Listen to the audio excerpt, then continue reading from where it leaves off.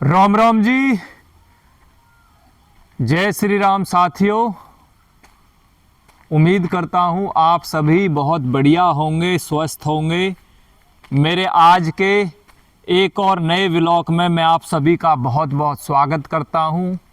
साथियों, कई दिन में जो है आपके लिए जो है मैं व्लॉग बना रहा हूँ। सेवा में तो रोज़ रहता हूँ जितना भी हो सकता है, और रोज़ की तरह जो है फिर जंगल में आया हुआ हूँ। ये मेरी साइकिल है, देख सकते हो आप, बैग टके हुए हैं। दाना पानी जो है पक्षियों के लिए डाल दिया है, और मौसम आप देख रहे हो, कोहरा पड़ा हुआ है और ठंड जो है कड़ाके की पड़ रही है। साथियों, जैसे कि आपको पता है कि ठंड में बहुत सारे जो पक्षी हैं, बेजुबान जानवर हैं, उनको बहुत ज़्यादा परेशानी का सामना करना पड़ता है। तो उनके लिए जो है लत्ता कम्बल जैसे भी जिस तरह से उनकी सुविधा हो सके, तो उनके लिए थोड़ा सा हमें आपको ठंड से भी बचाना है। उनको हमारी और आपकी जिम्मेवारी है। तो साथियों, ये जो है नर सेवा नारायण सेवा, इससे बढ़कर कोई सेवा नहीं है। आपको भी पता है सभी को कि कितनी कड़ाके की जो है सर्दी पड़ रही है। जब हमें आपको सर्दी लग रही है तो इन बेजुबानों को, और बहुत सारे जो है हमारे भाई बहन बड़े बुजुर्ग ऐसे हैं कि जो इस ठंड में कड़ाके की में उनका जो है बुरा हाल है। लत्ता कम्बल, पुराने कपड़े, नए कपड़े, जो भी उनके लिए व्यवस्था हो सकती है वो हमें व्यवस्था करनी चाहिए। तो साथियों, ये खड़ी है मेरी साइकिल। भैया रोज़ जो है बैग भर के ले आऊँ जी, दाना पानी, रोटी, बिस्कुट, जितना भी हो सकता है। और बहुत ज़्यादा आनंद आता है, अच्छा लगे है जी इनके लिए, बेजुबानों के लिए डालने के लिए। और अब तो ये बिल्कुल थोड़ा सा ही देखते ही दौड़े चले आवें। तो साथियों, हम सब के लिए बहुत ही खुशी का विषय है, जैसे कि आज हम बात करेंगे राम मंदिर के बारे में। राम लला जी विराजमान हो रहे हैं। कल जो है 22 जनवरी 2024 है, जैसे कि हमारे आदरणीय देश के प्रधानमंत्री नरेंद्र मोदी जी के नेतृत्व में काफ़ी तेज़ी से राम मंदिर का जो निर्माण हुआ है उसमें बहुत तेज़ी से काम चला और लगभग जो है कंप्लीट हो गया है। तो कल की जो तिथि रखी गई है 22 जनवरी 2024 की, कल रामलला जी मंदिर में जो है तो होंगे, और देश भर के सभी मंदिरों में जो है कल जो है पूजा पाठ होगी, आरती होगी, और उसके बाद में जो है सभी मंदिरों में, गांव, चौक, चौराहों पर कल जो है भंडारा होगा रामलला जी के स्वागत के उसमें उपलक्ष्य में। तो मैं आप सभी से यही कहता हूँ कि जो भाई बहन बड़े बुजुर्ग अभी नहीं जा पा रहे हैं राम मंदिर, कोई बात नहीं, बाद में भी जा सकते हैं। मैं भी जो है बाद में ही जाऊंगा, क्योंकि मेरे पास में भी काफ़ी जगह मुझे जाना है। बहुत सारे मेरे पास में निमंत्रण है। हालांकि राम मंदिर का जो है कोई निमंत्रण नहीं है, जब रामलला बुलाएंगे जब पहुंचेंगे। बाकी बहुत सारी जगह कल मुझे भी जाना है, और उसमें आप सभी बढ़ चढ़ कर हिस्सा लेना, और अपना भंडारे वगैरह जो हो रहे हैं, जो भाई इसमें जो सहयोग दे रहे हैं उनका आप भी ज़्यादा से ज़्यादा सहयोग करना, और भूखों को, प्यासों को भोजन करवाना।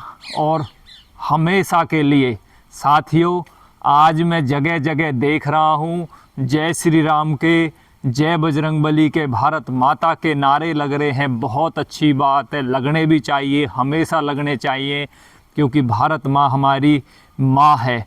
पर मैं उन भाइयों के लिए भी कहना चाहता हूँ अगर जो खाली नारे ही नारे लगाते हैं, और घरों में जो है माँ बापों का कोई सम्मान नहीं, परिवार का, भाई बहनों का कोई सम्मान नहीं, तो ये भी एक बहुत बड़ा अपमान है। ऐसा ना करें। जो भाई ऐसा करते हैं, अपने माँ बापों का ध्यान नहीं रखते, सेवा नहीं करते, वो बिल्कुल भी ऐसा ना करें।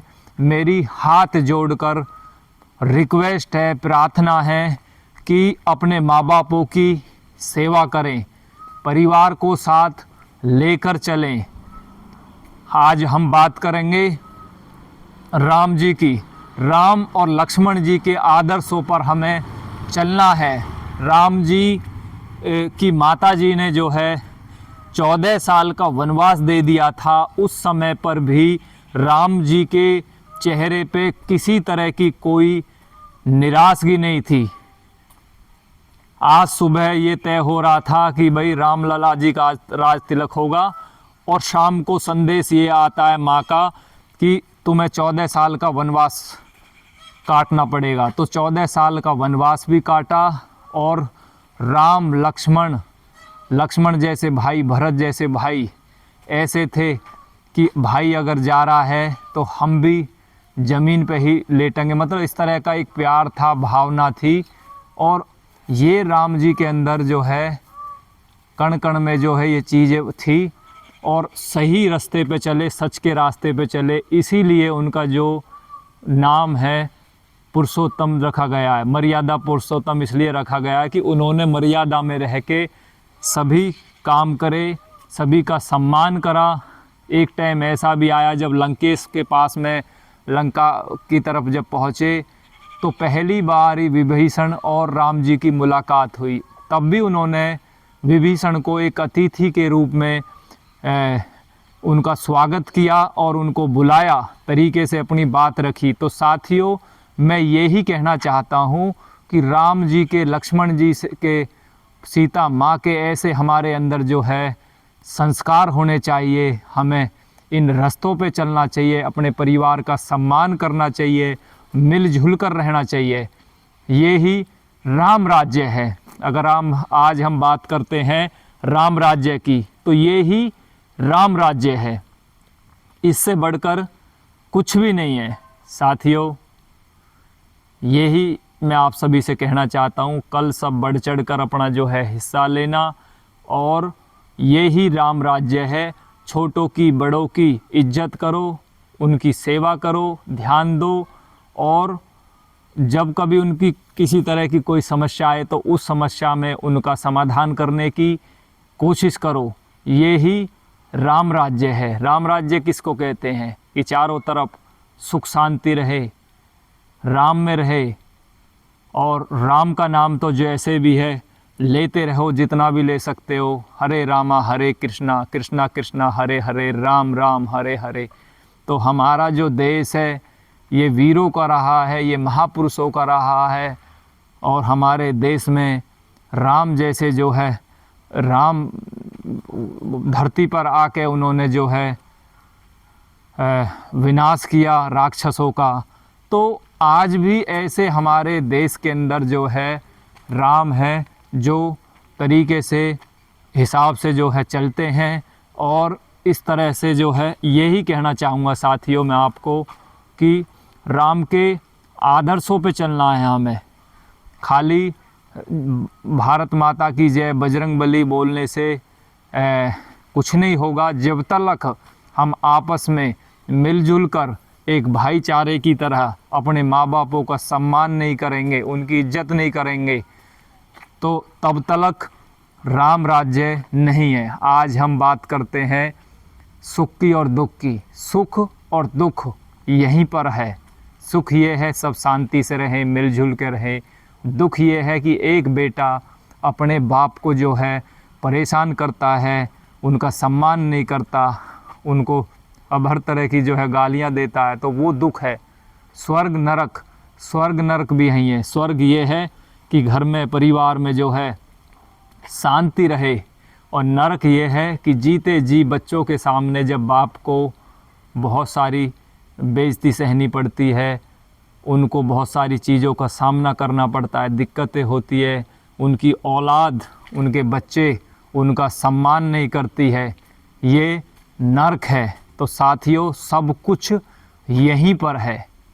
मैं तो सिर्फ आप सब से यही कहूँगा, और आप सब मेरा बहुत समर्थन करते हो, साथ देते हो, मुझे बहुत ज़्यादा प्यार करते हो। मैं आप सबका बहुत बहुत धन्यवाद और आभार प्रकट करता हूँ। और साथियों, आप सबसे अपील करता हूँ कि जितना भी हो सकता है स्वयं अपने अंदर बदलाव करिए, अपने आप को बदलिए, अच्छे रास्तों पे चलो, आगे बढ़ो, जिससे कि माँ बापों का भी नाम रोशन होगा, हमारे गांव, देश, शहर का भी नाम रोशन होगा। तो मैं आप सबसे यही कहूँगा, और आप सभी को कल 2022 की जो है बहुत बहुत बधाई, शुभकामनाएं। राम मंदिर जो बन गया उसको सभी को रामलला की तरफ से, और प्यार से बोलेंगे हम, जय बजरंग बली, जय श्री राम, भारत माता की जय। जय हिंद, जय भारत।